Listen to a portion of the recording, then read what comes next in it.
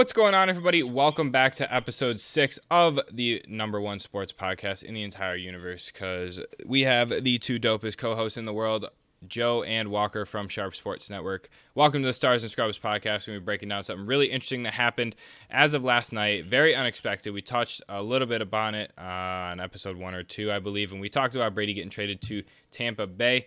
Now we do have the luxury of talking about Mr. Rob Gronkowski. I'm going to pop this up on the screen right here. Welcome to Tampa. Gronkowski is officially a Buccaneer, going to be joining the wide receiving core with Chris Godwin and Mike Evans. Going to be really interesting to see kind of how that plays out. But what are your initial takes on this before we kind of dive into it? So I would like first off to just go ahead and say I was right. But I am very, very excited about seeing that. I got the notification from the ESPN app on my phone last night, and I started just calling everybody I know that would care. Called a lot of Pats fans, called a lot of close friends, family. I was very excited to see it. It's definitely a blockbuster sort of trade.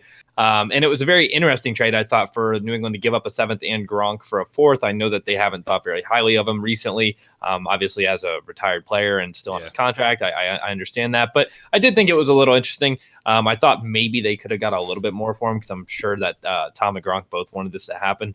But it was definitely a really, really fun trade.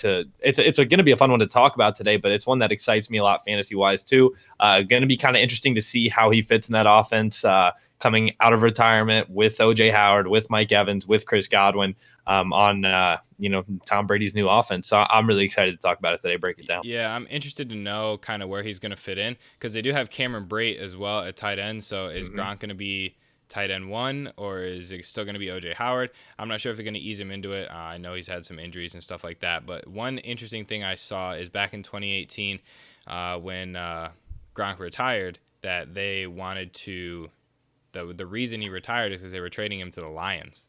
I was really excited about it at the time. And he said he wouldn't play with any other quarterback but Tom Brady. So him coming out of retirement here is actually pretty interesting. I know you called it. I didn't think it was that. I didn't think it was possible, to be honest. I thought AB was going to be way more likely, to be honest. Yeah, when we compared the two or whatever. But I got a lot of DMs actually because a lot of people watched that podcast. I think that was the first or second one. I think it was the first one. Yeah. But that was definitely the most viewed out of all of them on Twitter about who would join AB or Gronk, and everybody said neither. But the people who actually voted said AB. Gronk had like 10%, maybe just out of some trollers, and it actually happened, which is pretty crazy. So I think from a DFS perspective, this is going to be pretty interesting to see because just looking at the NFL season now, whenever the Bucs play any powerhouse team with a shitty defense, it's going to be, how do you pick? Like, how do you take a 7K Gronkowski with an 8K Mike Evans now and like a 7K Tom Brady? It's impossible to make it work.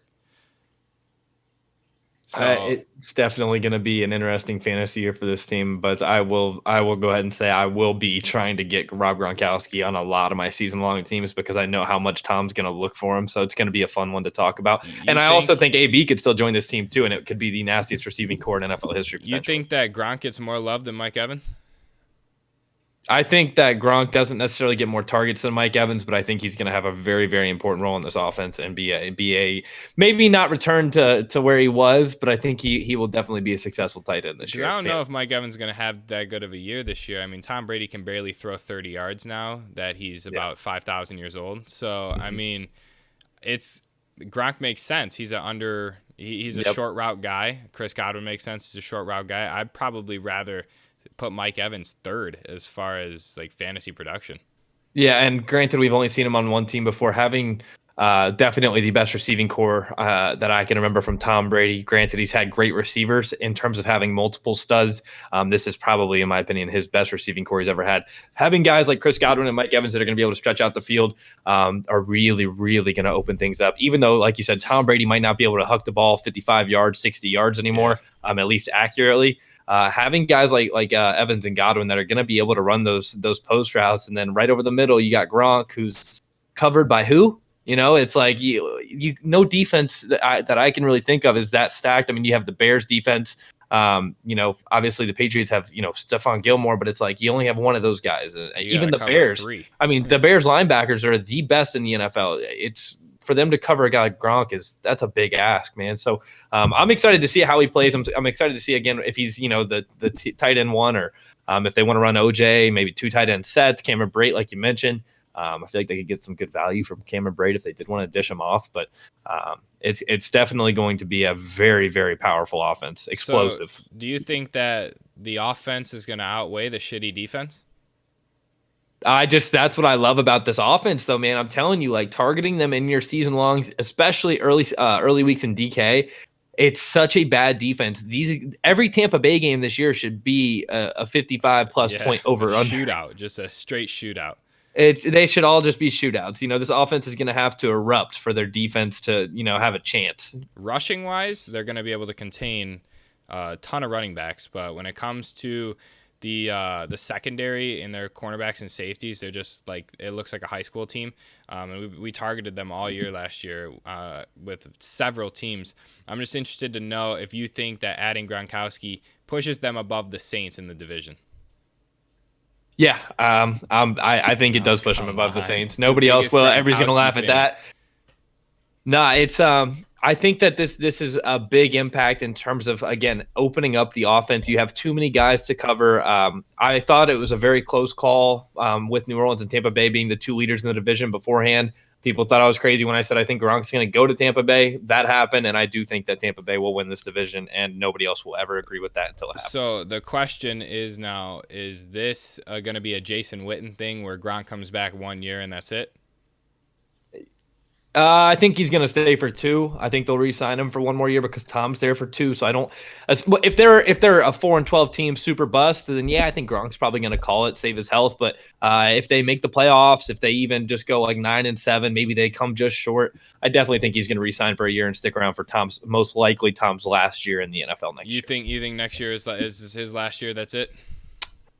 Yeah, I mean that's a tough call, but I don't see him moving from.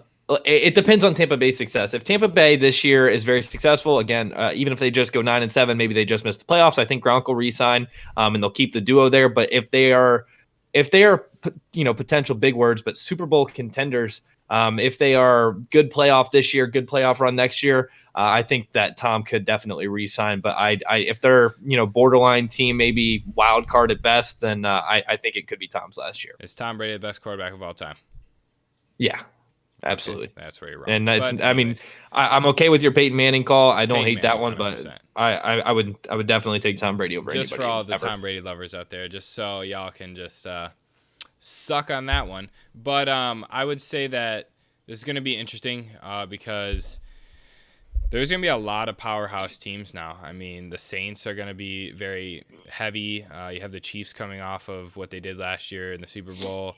Lamar Jackson returning, probably ready for vengeance. That you can never count out the Seahawks. The Bears potentially winning the Super Bowl. There's a lot of things that could happen. They're like Nick Foles going 17-0. It's just things like that are what's probably going to happen. I'm just kidding. But let me give one hot take real quick, and that is that Tampa Bay sweeps New Orleans. Even if they don't win the division, I think they go 2-0 against New Orleans this year. No, I think that's a fair statement. We know Tom Brady's a very calculated quarterback. Drew Brees is very reliant on Michael Thomas, and that's in obviously Michael Thomas is matchup proof in my opinion. But I don't think that the Saints defense is going to be able to handle all of those weapons, even with the secondary that they have, because they are a decent defense. I just don't think they're going to be able to handle crossing routes from Gronk and Godwin and streak routes from Mike Evans at the same time. And even if it's not Gronk, I mean, even if it's OJ Howard, it's still Tom Brady loves his tight ends. He was throwing to Matt LaCosse and Ryan Izzo last year. It's like, so I mean, it's just like we said. Yeah, it's like we said, the shootout concept, and we've seen the Saints in some monster shootouts. We've seen them year after year. Drew Brees is in these 45, 42 games where they usually come out on top. But I just don't see. I mean, granted, dude, we all know the New Orleans offense is amazing. I'm not taking away from that. Will they make the playoffs this year? If I was a betting man, I'd bet my life on it. But it's a very, very tough thing for me to picture with this offense against that offense. When you match up the defenses, yes, New Orleans has the better defense, but this offense, it's stacked. And if they get somebody like AB Oh my God, bro! Like, come on. If they Yeah. sign another stud receiver, I it's mean, I don't think they too will. explosive. I mean, Yeah. they gave away Brashad Perryman, that superstar fast rookie. So, I mean, I think they stick with what they have. I don't mind. I mean, Tom Brady just doesn't throw interceptions. You know, he's just everything's planned. If it's the receiver's not there, he's not throwing it. So He's throwing 6-yard checkdowns play after play, and that's going to be 100%. Gronk. And I'll be there for it. So, with that being said, we're gonna do a Guess Who again. This podcast, pretty much every other podcast. This one's gonna be a tough one. I don't expect anybody to get it. $50 to the winner. Last person who won it was Mr. Glide. Paid him out pretty quick. So let's see. Last one was Darren Williams of the Brooklyn Nets. So let's see if y'all can get this. And let's run it. So first clue. This person has hobbies that include golf and video games. He is a huge Lakers fan. And he has thrown 2 touchdown passes in his career. Those are the 3 clues. It's very narrow. Like I said, I don't expect anybody to get this. If you do, you're just nasty. You just know everything. But golf and video games, big Lakers fan, and has thrown 2 touchdown passes in his entire career. Golf and video games had me thinking about Steph Curry. Now I don't know who we're talking about. I don't know. You never know. I have a funny feeling it's not an NBA player. No, it's not an NBA player. But obviously he threw 2 touchdowns. Yeah. So good luck to you guys who are guessing. Stay safe out there. Hopefully we'll be having sports back in the future, so we'll have more wild trade rumors to cover. But yeah, we got the draft this week too. Yeah, in the draft, so we'll be able to cover that. See where Mr. Joe Burrow goes. So let's call this episode. I'm going to post another one later this week, so stay on the tune for that. Me and Walker are going to do some goofy shit, and more giveaways, of course. So, good luck to everybody guessing below. Stay safe out there. We're going to post a poll on Twitter as well with some more sports stuff for the next episode. And, see you on episode 7 for the Stars and Scrubs podcast. Peace.